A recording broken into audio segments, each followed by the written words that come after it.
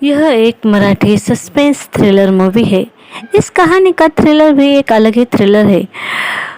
कहानी है, स्टार्टिंग होती है हॉस्पिटल में, जहाँ एक लेडीज पेशेंट के साथ एक लेडीज बेटी है और उसे एक कॉल आता है। कॉल आते ही वह परेशान होकर एक सोसाइटी में आती है। जोशी, गोकुल जोशी का दरवाज़ा खटखटाती है। पुलिस भी आते हैं। पता नहीं वो लोग कुछ तो ढूंढ रहे होते हैं, पर क्या और किसे यह समझ नहीं आता। अब औरत पुलिस को एक लाश दिखाती है। तभी कहानी जाती है 3 दिन पहले। अब हमें यहाँ समझेगा कि आखिर यह लाश है किसकी और इस घर में यह कैसे आई। एक इंसान दिखाया जाता है जो है गोकुल। वह सोया हुआ है और उसे बहुत ही बुरे बुरे सपने आ रहे हैं। वह डर कर नींद से उठता है तो घर में उसकी बीवी खाना बना रही होती है। उसे डरा देख हल्के में लेती है, पूछती है, फिर से वही सब? अब होने दो, जल्दी करो। वह गीजर का बटन तक दबाता नहीं, इतना डरता है। उसे डर है मरने का। वह खुद को संभालता है, डरता है, हर चीज से डरता है। अब चाय पीते पीते वह न्यूज़ देखता है। अब वह जब ऑफिस के लिए निकलता है तो जूतों में उसे सांप दिखता है। वह डर के मारे जूते फेंक देता है। उसकी बीवी उसी को देखती है। वह मरने से डरता है, यह समझता है उसे कोई तो बीमारी है।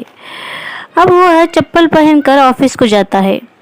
वह लिफ्ट में जाने से भी डरता है। सोसाइटी के गेट में ही उसे कुछ मवाली लोग मिलते हैं। वह उनसे भी बहुत डरता है। पैदल ही ऑफिस की ओर निकलता है।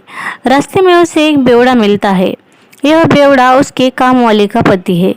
वह उससे पैसे मांगता है, मगर गोकुल है कि उससे डर कर निकल जाता है। अब बस के इंतजार में गोकुल बस स्टॉप पर बैठता है। तभी एक हिजड़ा आकर उसे सताता है। एक उसके साथ के कलीग उसे मिलते हैं और एक सुंदर लड़की आती है। सब उसे देख हंसते हैं।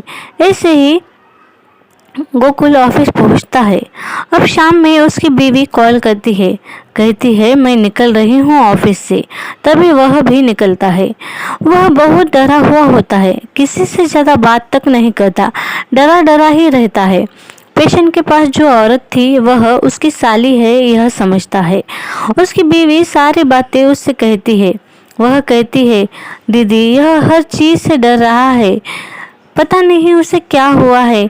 मैं डॉक्टर के पास गई थी तो डॉक्टर ने कहा उसे डर लगने की बीमारी हो गई है। यानी वह खुद को अनसिक्योर समझता है, हर चीज़ से डरता है। फैन तक नहीं लगाने देता रात में। उसे लगता है फैन आंख पर गिर कर मैं मर जाऊंगा। अब यहाँ एक मवाली दिखाया जाता है जो छुप कर बैठा है और उसकी बीवी उसे फ़ोन पर डांट रही है। जल्दी से आ जाओ, यह कह रही है। अब रात में गोकुल घर आता है और आते ही बीवी पर भड़कता है। उसकी बीवी प्रेग्नेंट है। वह दोनों के झगड़े हो जाते हैं। बाद में वह उसे समझाता है। अब दूसरे दिन सुबह वह ऑफिस को निकलता है। बस स्टॉप पर बैठता है। कुछ गुंडे एक कार पर हमला कर कार में बैठे लोगों का मर्डर कर भाग जाते हैं। गोकुल यह देख लेता है और घर पर भाग कर आता है। उसे लगता है वह गुंडा उसे भी मार देगा। पुलिस वाले इन्वेस्टिगेशन के लिए आते हैं। वह बैठकर सोचता है कि क्या क्या हुआ। तब उसे याद आता है उसने बीवी को जोर से धक्का मारा और वह पेट के बल गिर गई। उसे पेट पर मार लगने की वजह से वह दर्द से कर्रा रही है, पर गोकुल है कि कुछ समझ ही नहीं पा रहा। वह उसे ही चुप करने में लगा पड़ा है। गोकुल को याद आता है कि उसके कलीग कह रहे थे वह गुंडा मर्डर करता हुआ किसी को देख ले तो पीछे कोई सबूत नहीं छोड़ता। जो आदमी उसे मर्डर करता हुआ देखे वह उसे मार डालता है। अब गोकुल के दिमाग में यह बात भी फिट बैठ गई थी। उसे लग रहा था कि वह गुंडा आकर मुझे भी मार देगा, क्योंकि मैंने उसे मर्डर करते हुए देख लिया था। अब उसकी साली आती है। मीरा दर्द से तड़प रही होती है। कहती है, दीदी मुझे हॉस्पिटल ले चलो। वह टैक्सी लाने जाती है। गोकुल को कुछ होश ही नहीं रहता, वह सिर्फ डरता है। उसे बीवी को क्या हुआ इस बात से कुछ फर्क नहीं पड़ता। हॉस्पिटल में बैठे बैठे वह सोचता है, वह गुंडा आकर उसे ही मार डालेगा। वह हॉस्पिटल से घर पर भाग जाता है। इधर पुलिस की इन्वेस्टिगेशन चालू ही थी। यह कहानी एक अजीब सी दुनिया में ले जाती है। गोकुल पर गुस्सा होते हैं ये फिल्म देखकर तो किसी को उस पर दया आती है। पुलिस इन्वेस्टिगेशन करते करते उसके घर तक आ जाते हैं। वह डरा हुआ होता है।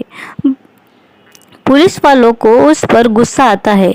ऐसे भी बीमारी होती है, यह सोचकर ही डर लगने लगता है मुझे तो। वह पुलिस वालों को उस घटना की थोड़ी इन्फॉर्मेशन देता है। इधर वह गुंडा दिखाया जाता है जिसके सर पर एक नेता का ही हाथ था। वह उस नेता को धमकाता है। अब गोकुल के घर की बेल बजती है। वह डरा हुआ होता है। वही बेवड़ा आता है जो उसकी नौकरानी का पति था। वह उसे मारता है। हाथों पैरों पर गोकुल के हाथों उसका खून हो जाता है। अब गोकुल और भी ज्यादा डरता है, बहुत रोता है। उसे कुछ भी होश नहीं रहता। उसे लगता है वह मरा हुआ आदमी भी उसे मार देगा। वह उसे एक बेडशीट में बांध देता है। यानी स्टार्टिंग में जो उसकी साली ने लाश दिखाई थी पुलिस वाले को, वह इसी बेवड़े की है, यह समझता है।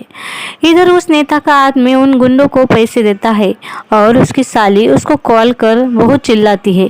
कहती है, तुझे तेरी बीवी की कोई फिक्र है या नहीं? तेरा बच्चा तो मर गया, अब तू तो बहुत ही नालायक इंसान है। ऐसे ही उसे बहुत बुरा भला कहती है। गोकुल हॉस्पिटल तक नहीं जाता, घर में ही रोता बैठता है। उसे उसकी बीवी की बहुत याद आती है, पर बेचारा मजबूर है। अब इधर पुलिस वाले उस गुंडे को एनकाउंटर करने पर आ जाते हैं और एनकाउंटर करते हैं।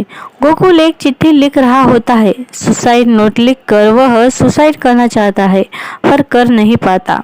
अब कहानी आ जाती है वही जहां स्टार्ट हुई थी। पुलिस वालों को गोकुल के घर में मिलती है लाश और डरा सहमा गोकुल, उसे सजा मिलती है। 3 साल बाद दिखाया जाता है कि प्रेस कॉन्फ्रेंस जो गोकुल का इंटरव्यू ले रहा है, वह कहता है, दिल में का डर बयां करो, दिल खोल कर बात किया करो। बात करने से दिल में कुछ रहेगा नहीं और आप ऐसे बीमारी का शिकार नहीं बनोगे।